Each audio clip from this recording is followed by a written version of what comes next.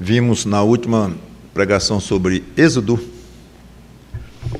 que Moisés esteve 40 dias no monte. Após uma semana perto de Deus, Deus mandou chamá-lo para mais perto ainda, conversou com ele, e Deus fez as tábuas, 2 tábuas, e estava ali quando Deus disse: desce, que o povo se corrompeu. Já comentamos isso, história, uma parte triste, mais uma parte triste da história de Israel, cheia de decepções para sua relação para com Deus. Então, estamos aqui no capítulo 32, no início do 32, é descrito, então, o que eles fizeram com esse bezerro de ouro. No versículo 7, de Êxodo 32, é que Deus disse para Moisés: vai, desce, porque o teu povo que fizeste sair do Egito se corrompeu. Já expliquei isso aí, a mágoa de Deus. Já vimos no versículo 11 a 14 a intercessão belíssima de Moisés diante de Deus pelo povo de Israel, que Deus quis eliminar e começar um povo novo através de Moisés. Moisés não aceitou, teve uma conversa forte com Deus, comentamos já.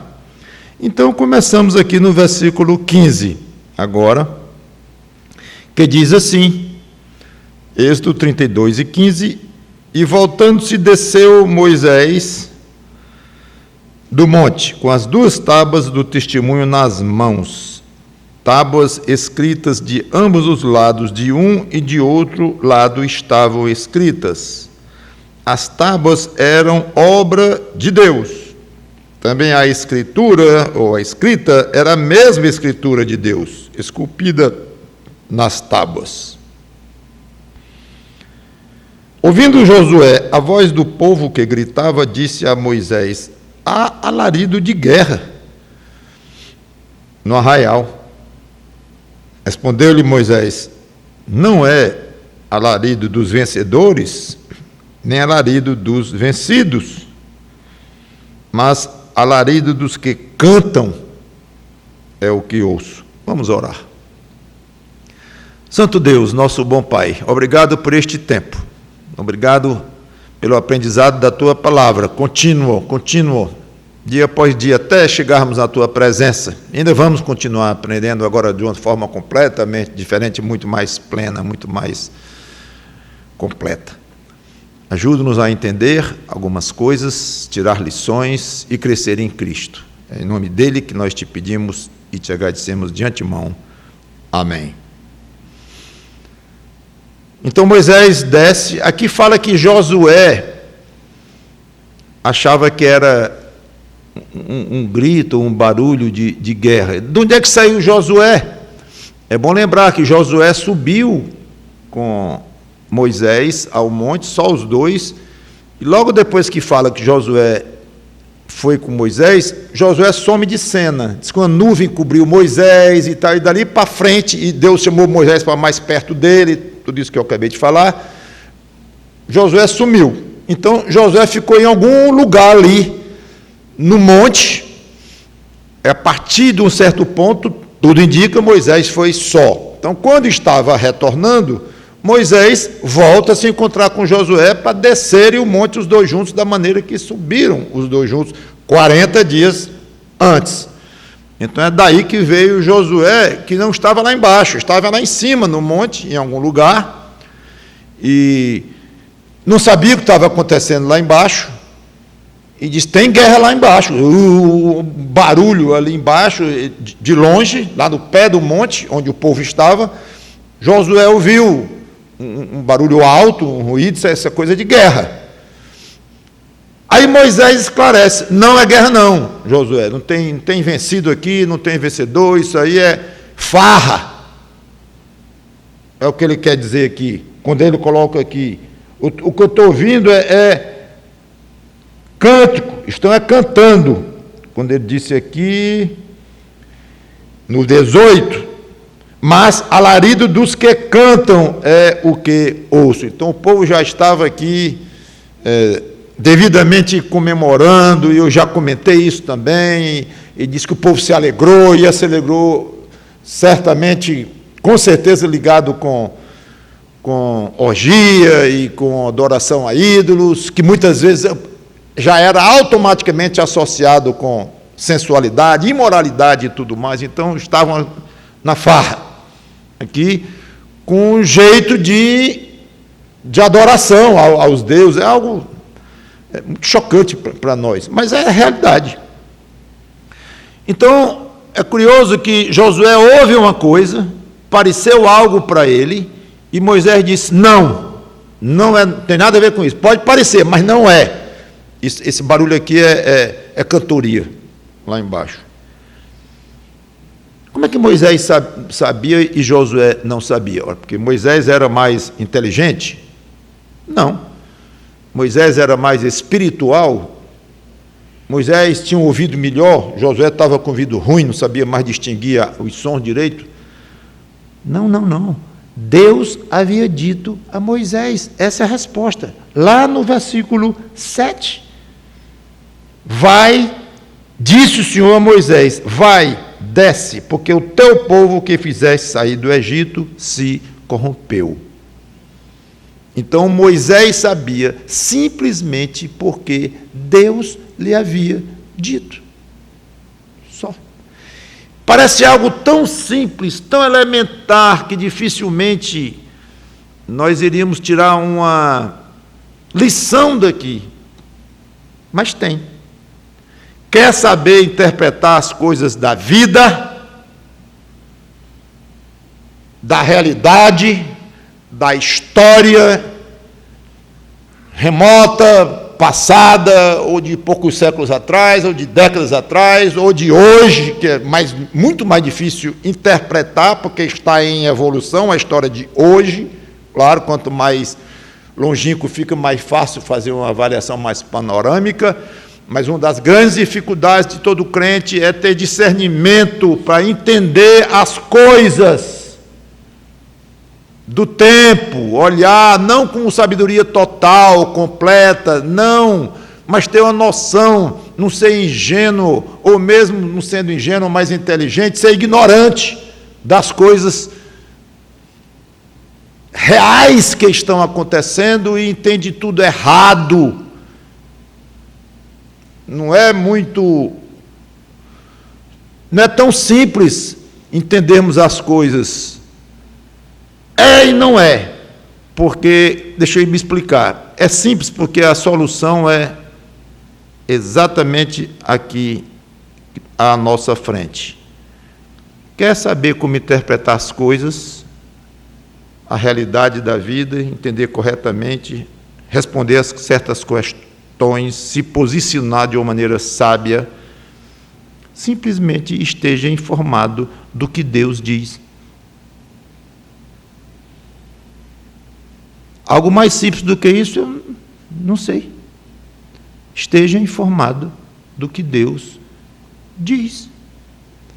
Se quisermos saber como é que vão lá os bastidores da política e tal, vamos encostar no político, quanto mais graduado e mais alto for a posição dele, tudo mais ele vai saber, ou alguém que conhece bem os industriais da terra, você chega ali numa federação das indústrias, aí vai conversar com os empresários, você vai ter um rumo de como é que vão as coisas nessa área.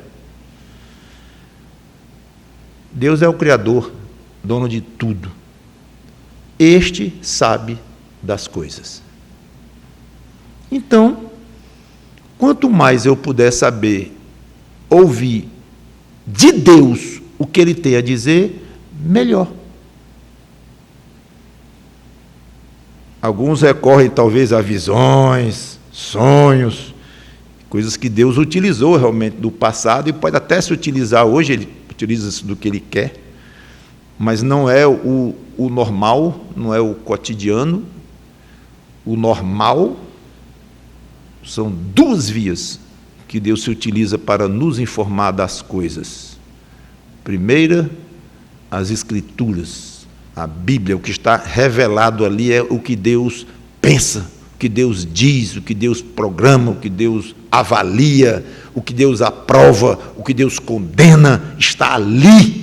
A maneira de Deus ver as coisas. Quer se informar das coisas da vida? Ouça Deus nas Escrituras. Só que vem um segundo aspecto. É que você pode encontrar alguém que conhece a Bíblia de cor e não entende coisa nenhuma da Bíblia. Como um livro é fácil, no sentido de... É fácil travar conhecimento, digo, no sentido de abrir...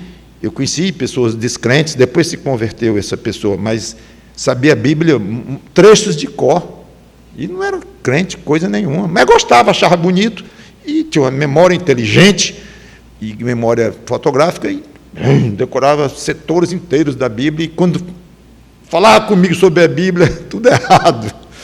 Mas lá diz isso, e digo, mãe, para corrigir era complicado, e tudo assim, distorcido. Então, o que é? Sabedoria do Espírito Santo, para entender as Escrituras, é o que nós conhecemos como iluminação. E essa é pessoal. A Bíblia está aí para todo mundo. A iluminação que o Espírito Santo consegue é individual, e está disposto a iluminar qualquer pessoa, qualquer um que queira chegar perto de Cristo, ele ilumina até levar à salvação, ele converte, e ele vai habitar naquela pessoa, que nós não entendemos nem direito o que é isto, mas ele vai e ilumina, e ele dá sabedoria parcial, não total. Não tem crente nenhum que tenha uma sabedoria total, que abrange todas as áreas, que quem diz ali é quase como fosse inspirado por Deus. Não tem.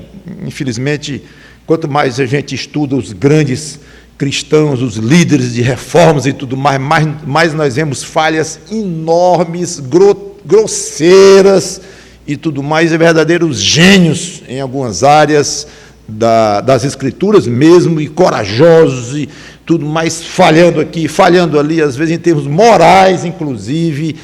É uma tristeza, por um lado. Ao mesmo lado, é uma lição valiosíssima para vermos como áreas em que o Espírito Santo resolve não iluminar do crente, aquela área está bastante sujeita a errar, interpretar as coisas erradas e tudo mais. Então, é algo que nós temos que nos conformar e ter sabedoria para entender que nunca a sua sabedoria vai ser total ou muito larga, e nem escolha um ídolozinho da reforma, da igreja cristã, um prediletozinho, não escolha, que você vai se dar mal. Nenhum deles presta para ídolo, incluindo o apóstolo Paulo, que disse que era o principal dos pecadores. Acham que ele estava brincando?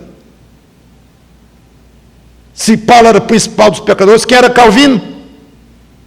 Quem era Lutero? Quem era Agostinho? Quem eram esses grandes, Spurgeon e esses grandes? Quem eram? Pecadores, ignorantes, mas perdoados em Cristo e iluminados, um tanto quanto, e às vezes bastante, em certas áreas. É impressionante. A gente lê biografias de crentes de 90 anos de idade, com um histórico belíssimo, que quando chega nos 80 ou 70, sei lá o quê, fez uma coisa que todo mundo disse, como é que pode? Pois é, aí desconcerta todo mundo. O fulano fez isso aí. Fez. É impressionante, pois se acostume, é a realidade. Então, voltando, busque iluminação do Espírito Santo, sabendo que ele vai lhe dar, ele se dispõe a dar e dá a quem pede em algumas áreas, e ele não vai lhe dar em outras. Você vai continuar ignorante em algumas áreas, e tem muito cuidado ao pisar, muito cuidado ao receber de Deus essa iluminação, que você pensa que é o tal, porque você tem iluminação, você tem a sabedoria para certa área que Deus lhe deu, isso é evidente. Todo mundo vê os dons que você tem, coisa desse tipo. Aí você pensa que é um tal, que é um Cristozinho aqui na terra, um pouquinho menor do que Jesus Cristo, claro, mas é completinho, completinho. Então o que você faz, o que você pensa, o que você diz, você analisa, pode ser escatologia, pode ser sobre a Trindade, pode ser sobre a eclesiologia, sobre a igreja, ou sobre o comportamento do irmão, sobre o aconselhamento no gabinete, qualquer coisa você é o tal. Você é bem completinho, mesmo pequeno, mas completinho. Não, você é bem imperfeitinho. Então tenha cuidado quando fala, especialmente nós líderes, cuidado, humildade, e admitindo estar errado, mas errado feio. Então, usar esse púlpito aqui, e usar um púlpito de uma aula, ou de uma coisa assim, ou mesmo num grupo pequeno, em qualquer lugar, ou mesmo um a um, muito cuidado quando você vai falar do que se supõe seja o que ensina a palavra de Deus. Muito cuidado, tenha humildade. E se puder dizer, não poupe expressões do tipo, é o que eu acho, é o que eu entendo, é o que eu penso. E tem gente que sabe a Bíblia mais do que eu e pensa diferente. É bom você saber disto e tal. Seja humilde. Ao mesmo tempo, seja firme naquilo que você pensa. Tudo bem, uma coisa não elimina a outra. Essa aula aqui devia ser mais para estudante de seminário, eu acho. Para os futuros pastores. Mas todos os crentes, todos nós somos orgulhosos, vaidosos e precisamos desse tipo de advertência, especialmente os que são inteligentes e os que são dotados por Deus. Esses tropeçam muito mais do que, talvez, a média. Então, quer saber interpretar as coisas da vida e poder dizer, não, Josué, não é assim, como Moisés disse com segurança. Não é assim, é assim. Não é guerra, é cântico. Olha o contraste. Estude as Escrituras, meu irmãozinho, minha irmã. Peça iluminação a Deus. E vai ser muito gostoso você ver que coisas que você não entendia antes, você vai entender, vai enxergar. E ali só. Enxerga de longe, mas não enxerga de perto. Enxerga de perto, mas não enxerga de longe. Não tem negócio de míope, astigmatismo, mais ou menos assim. Versículo 19 e 20. Logo que se aproximou do arraial, viu ele o bezerro e as danças. Então, acendendo-se-lhe a ira, arrojou das mãos as tábuas e quebrou-as ao pé do monte.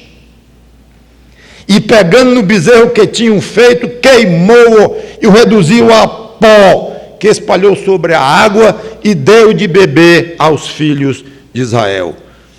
Moisés, antes de queimar o bezerro, se queimou de ira, muita raiva, quando ele viu esse bezerro, as danças, a idolatria, a perversão, a imoralidade, tudo.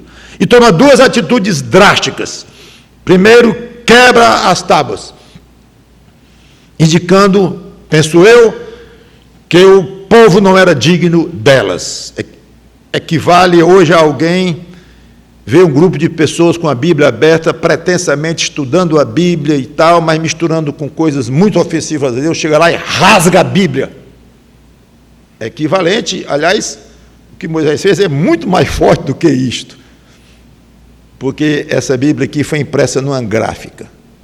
Embora a origem seja Deus, mas ela foi fisicamente impressa numa gráfica. As duas tábuas foram impressas pelo dedo de Deus. É um antropomorfismo, Deus não tem dedo para escrever alguma coisa, mas é uma maneira de dizer que ele pessoalmente providenciou aquela escrita.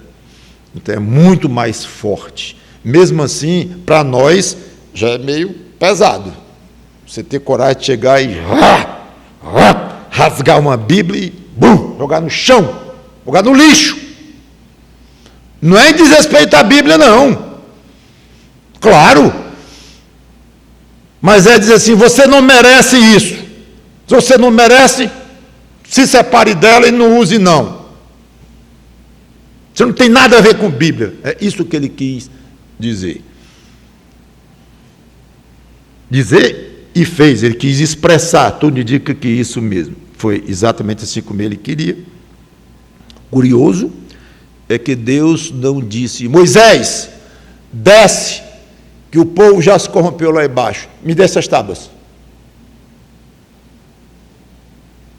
Muito interessante, me dê essas tábuas, deixa ele aqui, eu vou ver o que eu faço com elas, desça. Ainda teria poupado Moisés de um peso terrível, né? Devia pesar aquelas pedras lá. Não fez isso. Deixou Moisés seguir com tábua e tudo. Por quê? Parece que Deus quis observar o que Moisés faria numa situação dessa. E era uma situação muito complicada para Moisés. Nem nós vemos em lugar nenhum da Bíblia repreensão pelo ato extremamente ousado de Moisés ao quebrar algo que o próprio Deus fizera. Alguns comentaristas, inclusive, acham que Moisés errou. Moisés pecou ao fazer isso, com zelo e tal, com boa intenção, mas pecou. Eu não ousaria dizer isso de maneira nenhuma. Primeiro, se ele pecou, foi contra Deus. Então, se alguém tem que dizer isso, é Deus. Não sou eu, nem os colegas, os irmãos comentaristas. Tudo bem, mas todos temos direito de dizer, eu acho que ele errou, eu acho que ele pecou. Tudo bem, pode achar à vontade. Então, alguns acham que Moisés pecou. Eu acho que Moisés não pecou diante de Deus. Olha, quem vai ser um pouquinho ousado sou eu. Eu acho que ele fez foi o contrário. Eu acho que ele agradou a Deus. Primeiro porque Deus viu o coração dele e sabia o motivo pelo qual ele fez aquilo. Não era em desrespeito à palavra de Deus. O ato pode ter tido essa ideia, foi muito ousado, mas no coração de Moisés não era essa a questão. E o próprio Deus, muitas vezes, ele toma atitudes muito fortes, até meio chocantes, às vezes. E eu não creio que Deus iria se admirar muito de ver um servo dele como Moisés tomando uma atitude dessa chocante e tudo, porque o coração estava limpo, muito zelo, e um zelo correto. Cuidado com esse negócio de zelo também, que é outro perigo, um zelo mal colocado. Mas eu acho que ele teve uma reação que Deus se agradou, acho, pela ausência, não diz especificamente, mas a ausência de qualquer comentário. E acho muito provável que Deus tenha como costume lhe colocar em situações muito complicadas, enroladas. Dessas você diz assim, eu não sei nem para onde ir. E ele fica olhando. Porque Moisés foi colocado numa situação muito complicada. 2 tábuas nas mãos, escritas pelo dedo de Deus. E o povo completamente ali desviado, fazendo tudo errado. O que eu faço com isso? As leis de Deus, o sumo do que Deus tinha para aquele povo, para a humanidade de uma maneira geral. O que de melhor Deus poderia transmitir para a raça humana, dos desejos dele, da moral dele, como ele vê as coisas, como ele queria com o comportamento lá, os 10 mandamentos lá, e Moisés com eles nas mãos aqui. Já pensou quanto é que valeria hoje uma pedra dessa? Claro que a gente sabe quem ia comprar, devia ser o dono do Google, ou do Facebook, ou do Amazon, ia bater num museu desse aí, ou um museu desse londrino, coisa desse, Paris, bilhões de dólares, estava lá, guardado, o valor daquilo. Pois bem, Moisés estava com 2 nas mãos, o povo completamente desviado. O que eu vou fazer? É curioso que Moisés não diz, vou pregar para vocês agora. Vocês não sabem o que eu tenho nas mãos, gente. Um momento aí, vamos tirar aí 3 horas para baixar aí a a energia de vocês se aquietarem, que eu tenho muito que falar para vocês. Calma. E consegui acalmar a turma e depois expôs, estava que nada. Jogou no chão. Então, quebrou. Então, foi uma situação muito complicada. Não pense que você, porque você é crente fiel, zeloso, trabalhador, que Deus vai deixar de lhe colocar em situações muito complicadas, sofridas, que você diz, eu não aguento isso, eu não sei o que fazer, é grande demais para mim, Senhor, tu não está vendo? Pois se lembre de Moisés. O aperto que Moisés se viu aqui não era muito maior do que qualquer um que Deus coloque em você. E um povo de 2, 3 milhões de pessoas na frente dele, era muito complicado. E Deus de olho. Então, vamos aprender a lição. Segundo, ele queimou o bezerro, fez pó com água, mandou o povo beber. Curioso, lá em Deuteronômio 9, 21, lá o próprio Moisés, recordando, olhando para trás agora, falando lá na frente para outra geração, 40 anos depois, ele disse que ele jogou o pó do bezerro, bezerro de ouro, ele jogou no ribeiro, na água. É interessante, ele nem fala que mandou o povo beber. E lá em Êxodo diz que mandou o povo beber, mas não fala que jogou na água. Então fica evidente que os que estavam ali perto, uma parte ali que Moisés colocou para as pessoas beberem. Mas sobrou muito, obviamente, muito ou pouco, eu não sei, sobrou, e Moisés colocou o resto, jogou fora na água. Está lá em Deuteronômio 9 e 21. Em suma, ele não queria deixar nem vestígio ali com o povo. Vá-se embora. Engulam aí e o resto vai embora na correnteza. Por que mandar beber? Não sei, não explica, mas uma sugestão é mostrar a fragilidade do Deus que eles fizeram. Não era o Deus deles? E agora eles estavam bebendo o próprio Deus? Se acabou o Deus deles. Agora, parece tanto quanto óbvio para nós que se o bezerro era tão perigoso, que era, não em si, que era um objeto inanimado, mas pelo que ele representava e pelo poder de desviar o povo, o poder não do bezerro, mas do que ele representava, claro. Então é óbvio que Moisés tivesse destruído. Destrua, quebra, vira pó, bebe um pedaço, joga o resto fora no rio, acabou, pronto. É muito claro, né? E por que nós não fazemos assim? Muitas vezes, coisas perigosas na sua vida que você sabe que lhe são perigosas. Talvez só você sabe. Coisas sutis, aparentemente inofensivas. Olha, um pedaço de ouro aqui, ninguém sabe nem se era ouro, eu já falei isso aqui, se era ouro puro, talvez revestido de ouro, ninguém sabe direito, mas alguns achavam que era bem pequeno, outros que era maior, não temos o tamanho e tudo, mas qual é o problema com isso aqui? Perigo nisso aqui? Perigosíssimo. Pelo que representava. Não era uma cobra venenosa viva, não era um filisteu, um guri daquele com a lança na mão. Não, era um objeto inanimado ali. Coisas que a gente olha para a sua vida assim, nem imagina que seja um bezerro de ouro para você. Que você construiu, que você fez, que você ainda chega aqui acolá a olhar assim e não teve coragem de quebrar, de destruir, jogar fora da sua vida e deixa ali no cantinho do seu quarto ou no quarto da sua mente. E de vez em quando você é tentado a olhar para aquele bezerro e fazer uma mençãozinha qualquer de respeito, de gostar, de querer, de ter prazer com aquilo. Muito cuidado. Bezerros de ouro, coisas erradas na nossa vida, ídolos. Irmãos, guardai-vos dos ídolos, assim terminou João a sua terceira carta. Quebre, destrua completamente.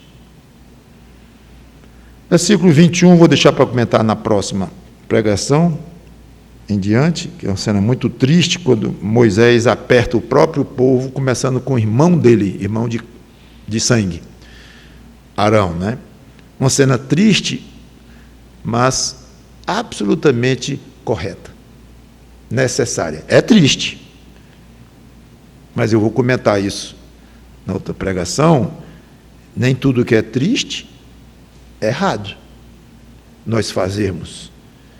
Nem tudo que é constrangedor nós fazermos quer dizer que não é correto. Não, não. Tem coisas duras, difíceis, constrangedoras, tristes, que são necessárias serem feitas. Como Moisés aqui teve que fazer isso, e apertou mesmo Arão. Vamos orar ao nosso Deus, pedir que nos abençoe com essas poucas lições que eu consegui trazer nesse tempo, mas espero que sejam úteis para as nossas vidas, com certeza para a minha eleição. Vamos orar.